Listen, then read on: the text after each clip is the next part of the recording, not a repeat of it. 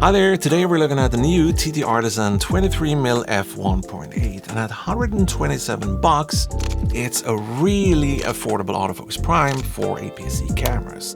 I've got the Fujifilm X-mount version here and we're testing it on my X-T4 for both stills and video. Okay, so this here is the RC60C from Small Rig. Super bright. It's also got built-in battery, so I think this should be enough for us to give it a little oomph from behind. The build quality is actually really nice. We got an all-metal construction and it's fairly nice and lightweight, coming in around 200 grams, give or take. There's no buttons or switches or anything, just the manual focus ring. And there's no weather sealing gasket here at the back of the mount. But the lens cap, the rear one that you get with this lens, is actually pretty high tech because it has this little USB-C port for firmware updates. The focus ring turns really nice and smooth and there's no grinding weird noises or anything when you turn it around. I'm gonna be quiet so you can hear. Just, a smooth, nice feeling manual focus ring. So as build quality goes, there's not a whole lot to complain about. The autofocus held up really well during my little test shoot here out in the sticks, and I'm actually wondering who would have been able to guess that they're shot with a less than $130 lens.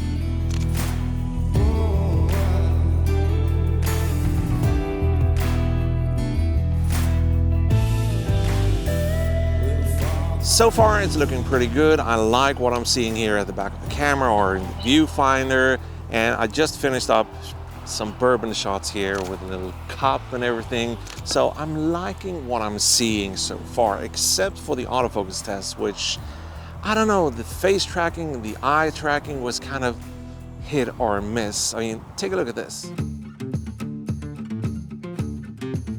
I did a couple of these tests just to kind of verify, and while it isn't terrible, the eye tracking is definitely struggling a bit.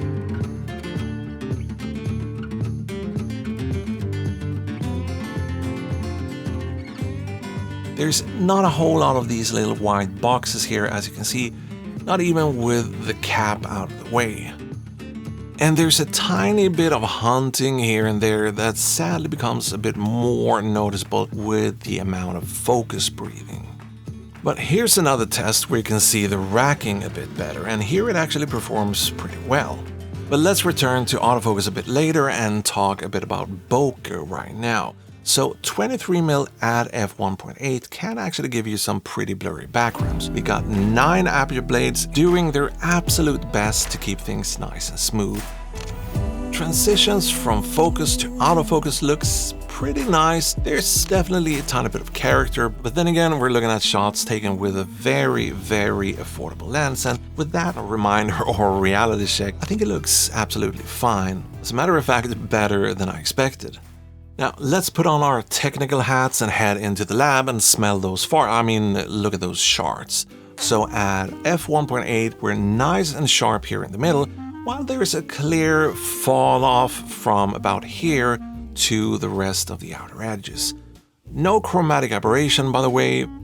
At 2.8 we're kind of extending that area just a tiny bit, and it keeps getting better as we stop down to 5.6 and f8.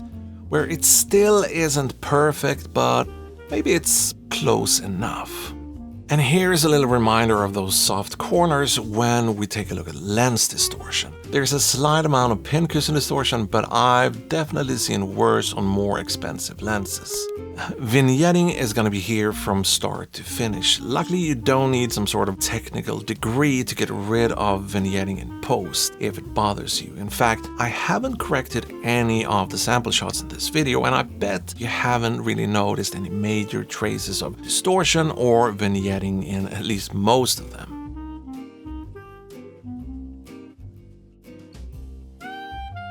Now, let's get back to autofocus before we start to wrap things up.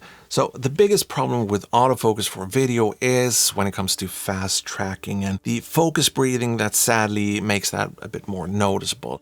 You can see in this shot here how the background kind of moves closer or further away as the focus shifts from either me or back to the bottle or vice versa. So while it may cause some problems for video shooters at times, depending on how sensitive you are to focus breathing and that sort of stuff, and for stills, it's been very reliable and well behaved. Now, if you're worried about focus breathing for video, you could always switch over to manual focus. That kind of helps smooth out the problem or the jerkiness and make it less, I don't know, visible.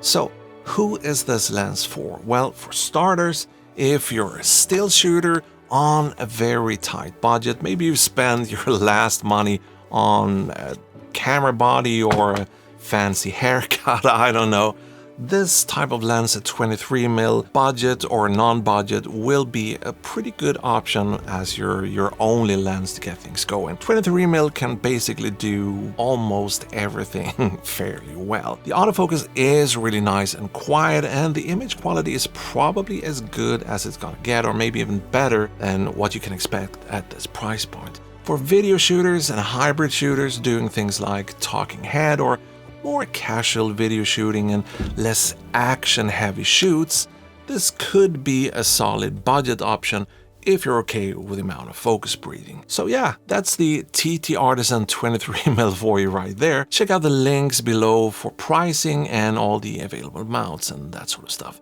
But thank you for watching, and I'll see you in the next one. And for those of you not new to the channel, which one do you prefer, this angle here or the old one? Let me know in the comment section. Okay, bye.